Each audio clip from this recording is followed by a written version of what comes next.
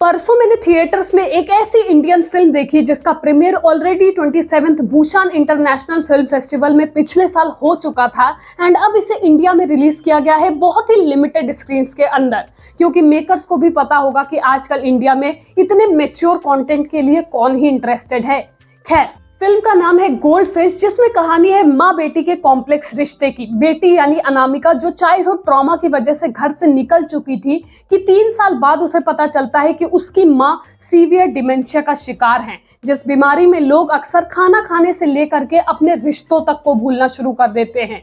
And यही reason था कि वो डिसाइड करती है कि वो अपनी माँ के पास वापस जाएगी एंड ये उसकी लाइफ का सबसे बड़ा टर्निंग पॉइंट साबित हो जाता है, क्योंकि सोचकर तो वो यही गई थी कि अपनी माँ को ओल्ड एज होम में शिफ्ट करेगी, उनका घर बेचने के बाद वापस अपने काम पर, लेकिन जिंदगी उन्हें एक मौका दे देती है अपने उलझे हुए रिश्ते को सुलझाने का। डायरेक्टर पुशान ने 2 औरतों के एंगर, फ्रस्ट्रेशन और एक दूसरे को ना चाहते हुए भी चाहने वाली जर्नी को दिखाने की कोशिश की है कि एक माँ जो एक्चुअली कभी माँ बनना ही नहीं चाहती थी, उसे अपना देश छोड़ना पड़ा। लंदन में शिफ्ट होने के बाद उसे अपने पति और अपने बेटी दोनों से ही वो अफेक्शन नहीं मिला जो वो डिजर्व करती थी। जैसे कि एक डायलॉग है फिल्म के अंदर कि बचपन में तुम और तुम्हारे पापा मिल करके मेरा मजाक उड़ाते थे, मुझे नीचा दिखाने की कोशिश करते थे। एंड इन सभी चीजों का असर उसकी माँ यानी कि संध्या पर इतना बुरा पड़ा कि जब एक बार उन्होंने अपनी बेटी के तकिए के नीचे से सिगरेट का पैकेट निकाला तो वो उसे ही चबा चबा कर खिलाने पर मजबूर कर दिया। जिन सभी सिनेरियो से हमें ये समझ में आता है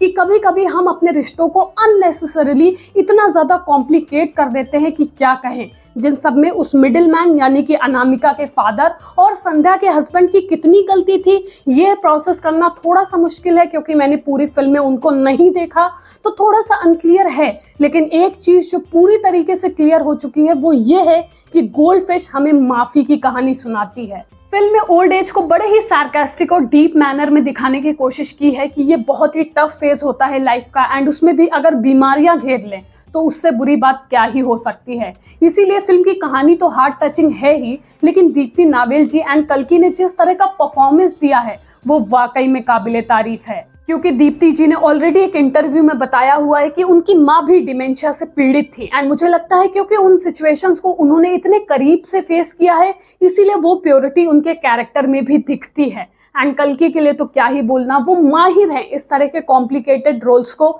स्क्रीन पर पोर्ट्रे करने में। फिर बात चाहे मार्गरीटा विद्यास्ट्रॉ की लैला की हो या फिर देवडी की चंदा की, she is almost everywhere perfect. In fact हर एक रिलेशनशिप को ये फिल्म बहुत ही अच्छी तरीके से एक्सप्लोर करती है कि हमारी लाइफ में नेबर्स किस तरह का रोल प्ले कर सकते हैं, फ्रेंड्स कितना एसेंशियल पार्ट है हमारी लाइफ में। And special mention to the film making, जिस तरह से पूरी फिल्म के अंदर हर 10 मिनट में एक ब्लैक स्क्रीन आती है एंड कल्कि अपने मरे हुए फादर को 2 लाइन का लेटर लिख के जाती है। इससे हमें उस फादर और डॉटर के बॉन्ड को ना दिखा करके भी दिखा दिया गया कि उनके बीच में कितना प्यार रहा होगा, जो कि एब्सोल्युटली एक ब्रिलियंट कॉन्सेप्ट है किसी भी चीज को शो करने का। इसीलिए ये फिल्म बहुत प्यारी है यार। इसको हार्ट या स्टार क्या दिया जाए, ये खुद में एक स्टार है, हार्ट कैरी करती है और मुझे लगता है इतनी अच्छी है, इतनी इसकी स्टोरी पावरफुल है, इसीलिए इसको कल राष्ट्रपति भवन में भी शो किया गया।